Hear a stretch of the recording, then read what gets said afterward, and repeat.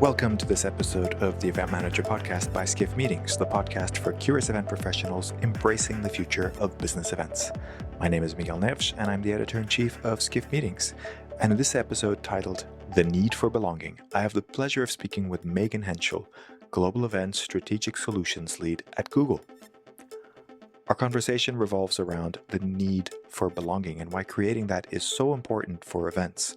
We also talk about the newly released Nue Project, a project about neurodiversity in events, and general conversation about diversity, equity, and inclusion in events and just in general in the workforce. We also cover some of the ins and outs of working at Google and how Google plans their events. I hope you enjoy listening to this podcast, and don't forget to check out the other episodes of the podcast on our website or via your favorite podcast service.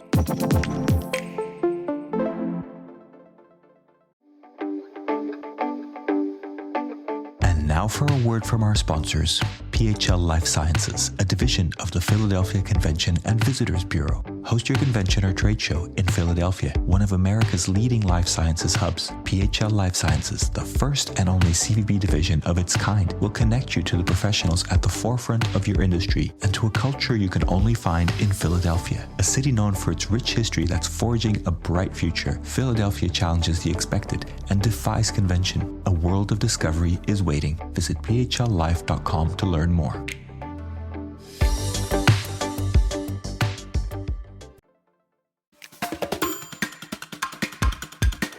Hello and welcome to the Event Manager Podcast by Skift Meetings. My name is Miguel Neves. I'm the editor-in-chief of Skift Meetings, and I'm sitting here in Las Vegas, getting ready for IMEX America with Google's Global Strategic Solutions Lead. That's it. Megan Henshall from Google. Megan, welcome to the podcast. Thank you so much. I'm so happy to be with you. It's really nice to be recording outdoors. You may hear some noises in the background, and we're recording this outdoors, so it's a little bit of a different podcast, but hopefully the conversation will flow and you'll enjoy the conversation. So, Megan, would love to talk a little bit about your journey into the events world, meetings, all that side of things. Do you remember the first time that you kind of understood the industry or really grasped the industry, and then, take us through to today, how that kind of evolved, if you will? Yeah, so I actually started my corporate career in sales, and I was terrible at it. And that's how I ended up in events. I basically raised my hand and said, really bad at selling things, but really great at content development and planning regional sales meetings and all of these things. So that was way back in my early 20s. I think I'm just now really starting to understand the industry, all the players, the opportunities, the possibilities and potential. But yeah, that's how I ended up in events. I was just really bad at what I was doing at the time, and sort of loved the tactical work involved in event planning. And what were the steps in between? What kind of roles have you had so far? Could you take us through that? Yeah, so mostly project-based. I was in a business development group at a large financial firm for a really long time, doing a lot of internal event planning, a lot of executive briefings. And then I moved onto the agency side and spent some time with BCD, planning incentives, leadership and development, but all very project-based work. When I took the job at Google, I don't think I really knew what I was getting myself into. But it is much more of a overarching global strategic role. So I'm not planning events anymore, which I do miss. But now I'm leading strategy and vision for a global team, which is also really rewarding work. Excellent. I think anybody listening who hears the word Google is always going to be a bit starstruck, and would love to get your overview of how it works at Google. I mean, obviously it's a big company, you have campuses all over the world. Do you have any kind of short way of explaining to us how Google organizes events, the internal and the external ones? There is no short way, but I will give you as much of a Cliff's Notes version as I can. So Google is a very large enterprise. It is a very complicated ecosystem as it relates to events. My team manages all of the on-campus, Google built and operated event spaces. We have over 600 of those globally, and they range from small learning and development spaces all the way up to convention center type spaces. And we do over 100,000 events a year. We operate at massive scale. And we do events that range from internal trainings all the way up to like marketing and customer developer events. There's also an event marketing team and an internal culture-focused event team. So we have lots of amazing event enablement partners that we work with and work for. But yeah, that's the short version. Hopefully that's helpful. Very helpful. Thank you. We just released a report, or are releasing a report about the future of work and how it impacts events. Are you seeing any impacts from, I know, the future of work is a big topic, but this idea that people can work from anywhere or work hybrid, flexible, etc. Are you seeing any shifts in the way the teams are structured, the types of events that you're seeing come across on your radar that are kind of because of that? Yeah, absolutely. I think, Google is much more distributed than it was 3 years ago before, the 2020 of things. I think for events specifically, we're seeing much more of a need to like segment and provide rationale behind the decisions that we're making. For example, if we're asking Googlers to come on campus for an event, we better have good rationale or justification for why that can only be done through commuting and coming on campus. And so we really are spending a lot of time talking about prioritization and what can be done or optimized for across different modalities, whether it be fully remote, hybrid, or in person.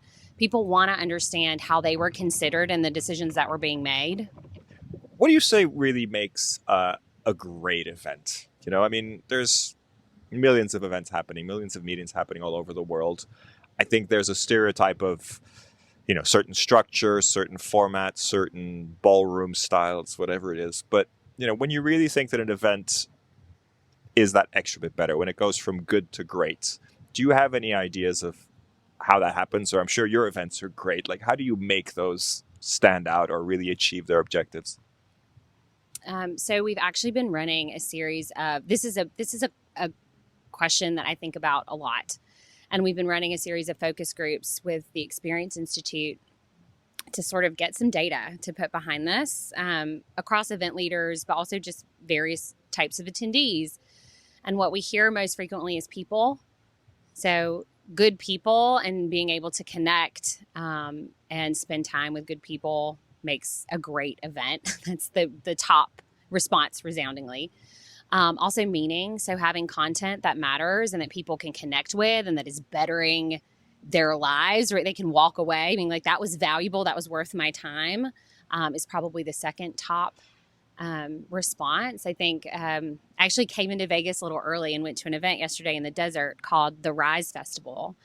And there was this moment where we all lit these lanterns that we had written on, whether it was things you wanted to let go of or things that you wanted to attract right in the coming year. And we all lit them and they rose into the desert sky all at the same time. And there was such a moment of connection. So I think this idea of togetherness, community, being a part of something bigger than yourself is also such a transcendent way to make a great event. Love those. They don't sound super complicated on their own, but I think it's those things that we should focus on. Do you have any advice for people that want to get better at doing that? Or maybe, sometimes we get so stuck in our daily routines where we just focus on the planning, on the logistics, on the scheduling. Do you have any advice for people that are trying to push the boundary a little bit or maybe push back and kind of say, look, let's really get this people thing right. Let's get this connection thing right. Any ideas on how to do that?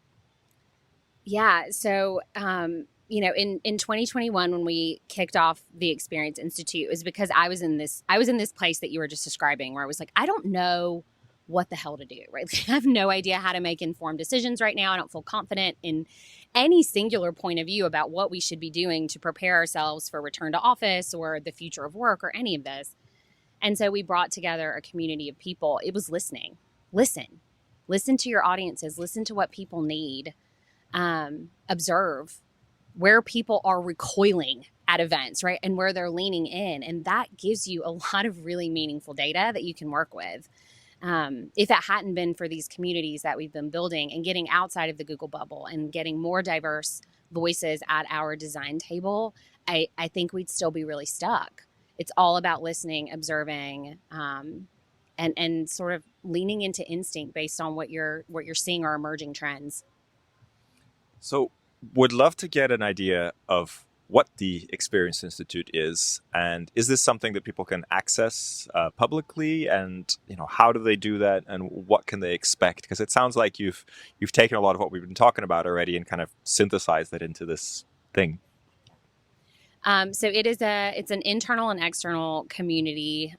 Community doesn't even feel like a big enough word for it at this point, but I don't have a better one, that we brought together to answer this question, like what could the future of events look like? That has absolutely evolved into what should the future of events look like, and how can we really drive change for good? It is a fully open format community. So a lot of our existing community members have been people who've reached out on LinkedIn and said, what you're doing is cool. How can we get involved?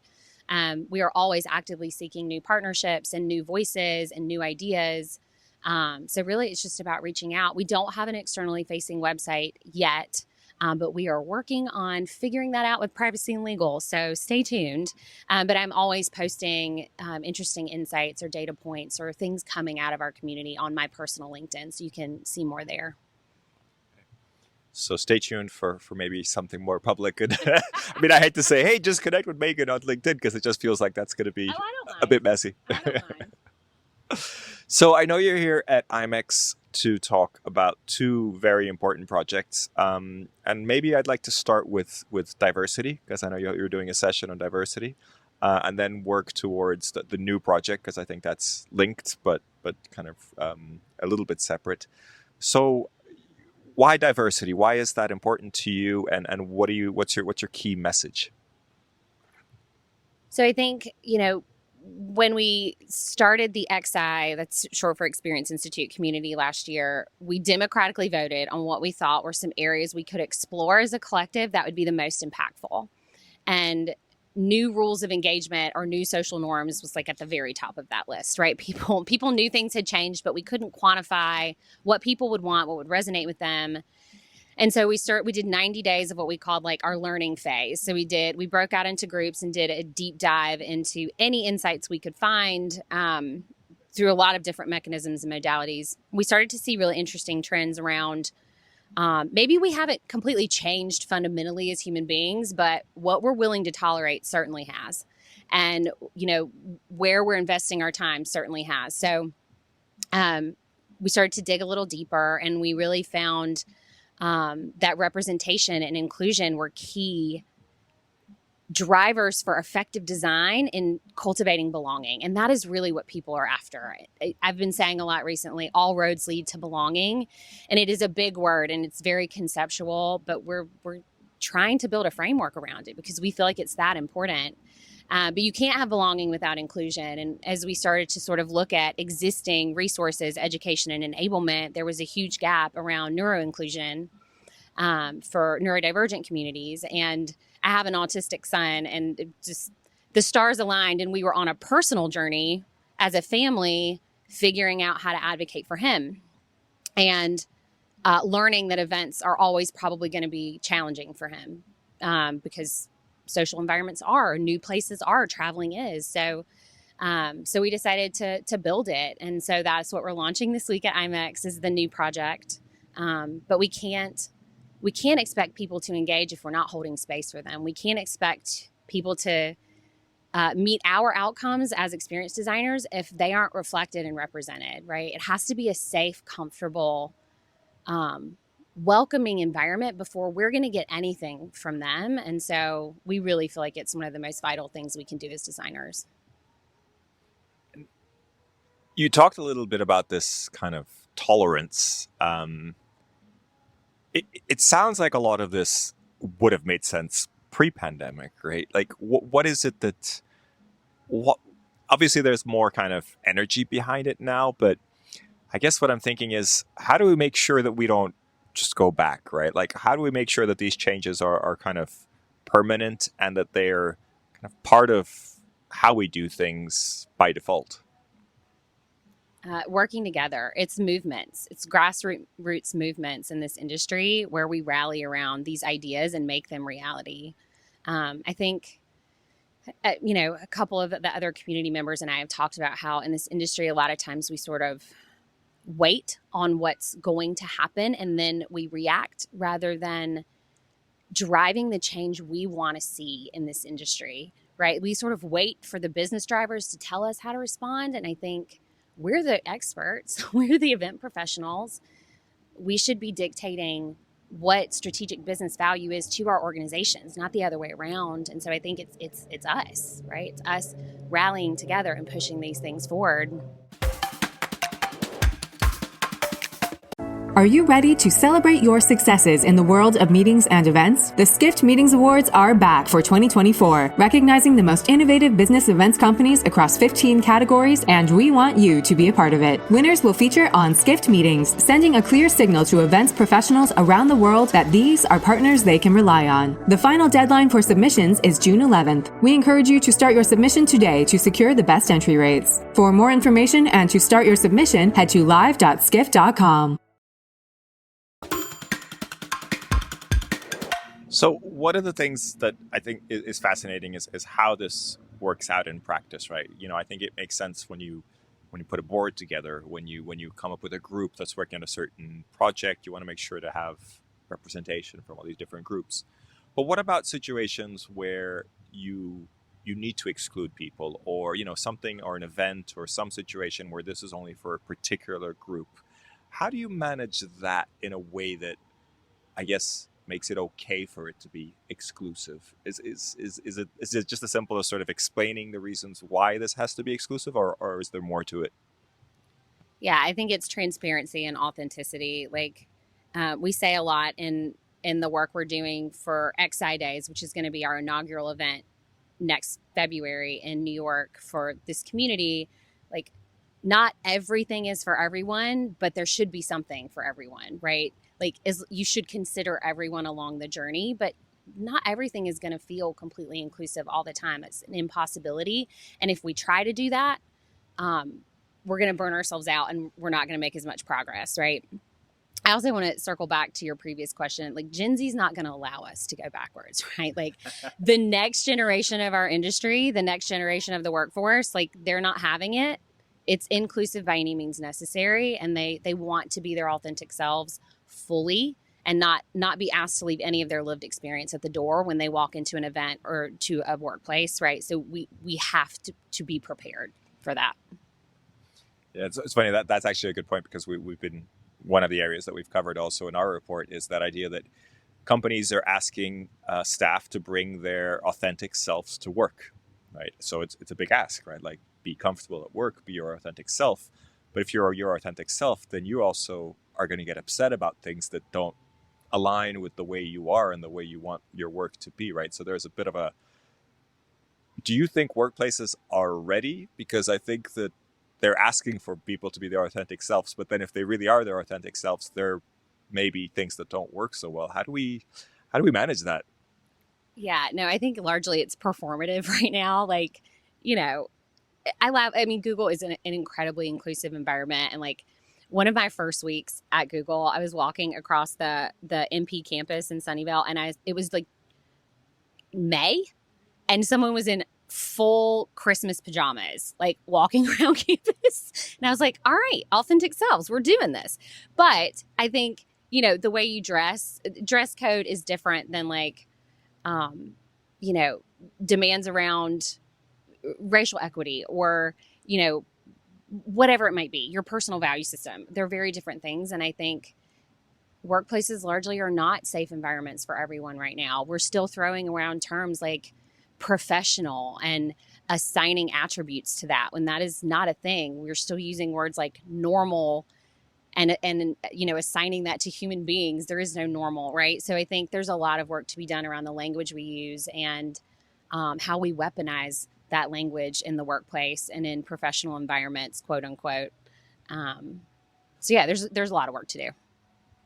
I'd love you to dig in a bit more about that. I think that the weaponizing is that's a big word. I mean, what do you mean by that? And I guess, do you see any good examples of how we can do that? I don't want to go into, is it ever too PC? I think sometimes we use terms to describe roles, and I think there's been a lot of kind of roles that don't make a lot of sense to me because we're trying to find these terms to make everything, I guess, neutral. but that doesn't always help either if it sort of confuses things or makes things awkward or anything like that. What do you think would be the best practice to really try to make this work? Obviously, we're learning as we're going, but how do we get on a good path?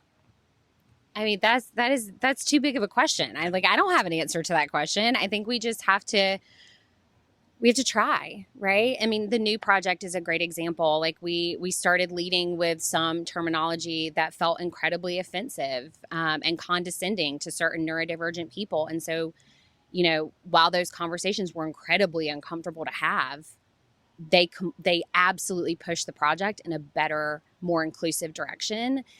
We can't be afraid to mess up, right? I almost said a bad word there. We can't be afraid to mess up because that is just going to prevent us from doing anything at all, And I do think there's a lot of cancel culture and, the quote unquote PC police that has made those of us who are a little older in this industry really afraid to try, but we can't. We can't be allies if we're sitting on the bench, and we can't maybe create new language that feels better for, the future of our industry if we're too afraid to try. So I don't know. I'm rambling, but it's too big of a question. I think we just have to be open, and we have to try a bunch of different things and see what evolves into a better way. Love it. And this is the perfect place to ramble because we're doing a podcast. It's audio where it's okay to ramble a bit. Is that kind of the main outcome so far of the Nue Project, or are there other areas that you have guidance for and can kind of help people with neurodiversity and inclusion? Yeah, so the Nue Project is fully focused on neurodiversity and inclusion because we saw that as a gap in the industry. I think so much of the way we've approached this work could apply to any DE&I strategy, though. I think as I was not only just learning how to advocate for my son, but also starting to dig into this work for the Nue Project, so much of what I found was, academics and psychologists and experts on neurodiversity who actually weren't neurodivergent themselves or who had none of that lived experience. And I was like, well, hell, if I want to understand how to be a better mom for Otis, I should probably talk to an adult autistic person and see, what they would have wanted, right, as a child. And I think the same applies for this work, right? As we're designing events and experiences, we should be listening to those with lived experience. And it's something I haven't really found much of, and I would love to see more of it. I really want the Nue Project to be a mechanism for amplifying neurodivergent voices, getting neurodivergent speakers at as many events as possible, having them speak on your podcast as opposed to myself, right? I think we need to be, again, listening and observing in order to know how to design in the right ways. Fascinating. I think there's a lot to learn there. And having worked with someone, Lisa Jade, who I know also worked on a Nue Project with you, who has this experience, I think you can learn a lot from people that have that experience, and it's always enriching and not in ways that you kind of expect or comfortable ways, right? I think that's part of the experience is being uncomfortable. So tell me a little about this event in New York. It sounds like there's an unveiling. I don't know how much you can reveal, but I think it would be interesting to understand what the plan is. Oh my gosh, I'm happy to give you a little peek behind the curtain. So XI Days is going to be a 2.5-day event at one of our newest Google-owned and operated event spaces, Pier 57 in New York. And we're bringing together the XI community, but also a lot of other event leaders from other organizations and companies. And just people from completely other domains and disciplines, gaming, art, technology, design, you name it, for a showcase of what we've learned so far. So we're going to revisit the journey we've been on for the last year and a half and share some of the key insights and data. We're also going to do a lot of live sandboxing. And so we're building out this museum concept. We're definitely leaning into a lot of what we've been preaching about optionality and autonomy and agency. So we will see how that goes. But yeah, we're going to trust the attendees to navigate this journey in ways that make sense for them. And we're also going to be mining for insight on where we're headed next in 2023. But yeah, I'd love to share more as we get more of it built out, but it's going to be a weird one. I'm super excited about it. And just to be clear, who is the audience of this event? So we have about 60-40 external people and Googlers. So lots of Googlers that have Google employees who have skin in the events and experiences game, or in D&I, or in learning and development. And then we have lots of external folks from global agencies, other Fortune 250 companies, people just that are doing cool stuff in the experiential space that maybe aren't in corporate events, but still delivering awesome experiences to the world. Sounds awesome. I think we're going to have to figure out a way to get involved. Wanted to just kind of, I guess, zoom out a little bit. We talk a lot about diversity and neurodiversity particularly. I think fascinating topics. In terms of the bigger industry, we talk a little bit about the future of work, how that changes things. Are you seeing kind of other challenges coming up in terms of, that are impacting specifically meetings and events, but are there kind of challenges coming up that you're seeing?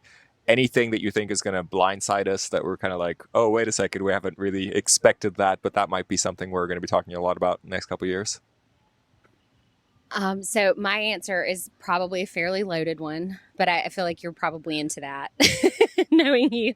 I might make some people mad with this one, but I think the biggest challenge in our industry right now is how we're speaking to success and how we're measuring what good or great looks like. I personally believe that ROI is broken. I think that we've evolved so much, and we've just talked about all the many ways, right, that how we've traditionally done things is creating friction for our audiences. If people have evolved, why shouldn't how we're measuring what we're delivering to them also evolve? And I think it's just ROI is not it, right?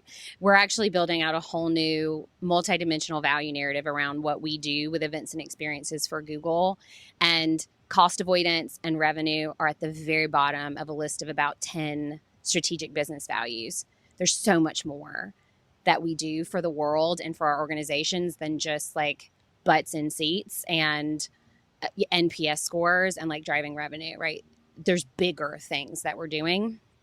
I also think that, undeniably one of the core challenges for our industry right now is talent acquisition and retention. Like, we have hemorrhaged so many brilliant, beautiful people as a result of the last couple years.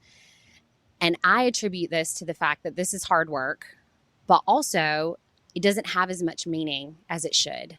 And that's because the way that we're measuring success and talking to value metrics doesn't align with people's personal values. So if we're measuring how we make people feel, and that's a success metric, if we're measuring how we're driving change for good with our discipline, that is something people can feel good about. And I think we will attract the next generation of talent. But right now, it's really hard to anchor to that. And it feels like I feel good about saving Google money, but I feel great about the Nue Project. That shit gets me out of bed in the morning. And we need more of that in our industry in order to keep people and to attract people. Love that. I think there's a lot of passion behind that, and I think that's exactly what we need. Want to pick a little bit on the ROI point that you made. I think it's an excellent point. I think I've kind of gone through my whole career thinking a lot about ROI. I haven't necessarily worked that much in that, but I did my dissertation 15 years ago was about ROI, and I was trying to come up with a secret formula for ROI. And I think it ultimately comes down to this idea of like you have to measure it for it to be, like worth something, right? And I think you make an excellent point that, yeah, it's great to save money or whatever it is, but that's not really gonna get people passionate about it.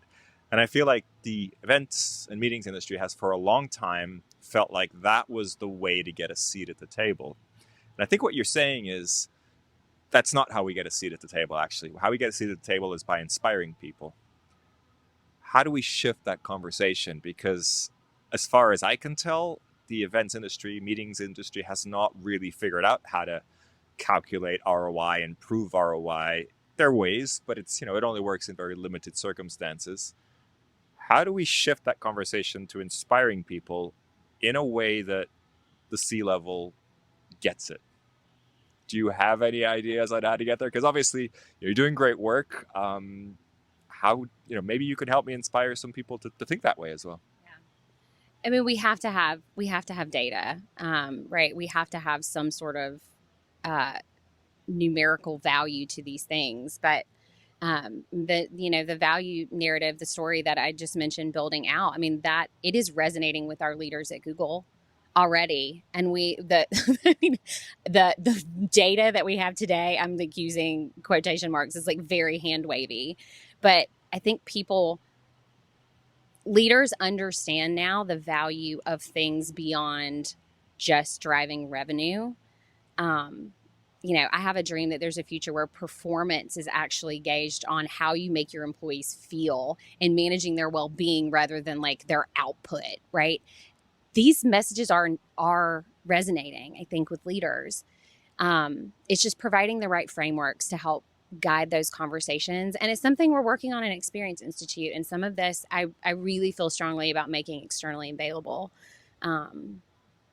So at least the strategic business values or the experience outcomes, as we're referring to them, I want to share with the industry and I want to invite people in. So much of this just is broadening the conversation and inviting people in. We'll never get it right the first time. Every leader is different. Every leader's priorities are different. Every organization is different. But having a starting point and then broadening the conversation to help refine that and overlay nuance based on your individual priorities or your leader's priorities, I think is a great, start. It's going to be a journey. But we're going to make fetch happen. I feel confident. Love it. I really like this topic, and I'm glad that we ended up kind of landing on this. You mentioned about the talent that has escaped, and one of the things we see a lot is younger generations, maybe people in college right now, hesitating to get involved in events, and it is a stressful job. There is a lot of logistics involved, at least at a sort of junior level. Would be great to get your advice on how do you inspire, or maybe direct advice to them, or how you think people, we should try to inspire that younger generation. So we have a Gen Z council at Google, and I love attending the webinars and stuff that they put on, because hearing this next generation talk about their priorities and how they see themselves creating change, whether in an organization or as an individual contributor, is fascinating. I think inviting the next generation in to help us define what the next gen roles are in our industry could be a great way to bring them in. I see a future where a community moderation is a dedicated role on an events team, or a D&I person with the event and experience design expertise, but completely heads down focused on diversity, equity, inclusion, and belonging in design. I think that should be a dedicated role on events teams. I think audience advocacy teams could also be a really interesting future. So as designers, so often we're focused on outcomes. What if there were teams completely focused just on understanding who is showing up and what their priorities are, so that we can marry the two together? I think we're going to have to really get creative around roles, responsibilities, and the creative liberties we can take as event professionals in order to attract the next generation. But I see all of these roles being critical to our success. And I just think the heart and the passion that Gen Z has, they're going to be perfect to make that happen. Sounds like an incredibly hopeful message, and hopefully attracting talent and then inspiring people. It's been a fascinating conversation. I'd like to start wrapping up, but wanted to get to the kind of final question that we ask all our guests, which is really the recommendation of another guest to be on the podcast. And it can be absolutely anybody. It can be somebody you know personally, or somebody, as long as you think it would be relevant to our audience, which is the event and the meetings industry, then that would be great. Yeah, so I was prepared for this one. So much of I think, what has blown my brain and heart open through this XI work is hearing diverse perspectives.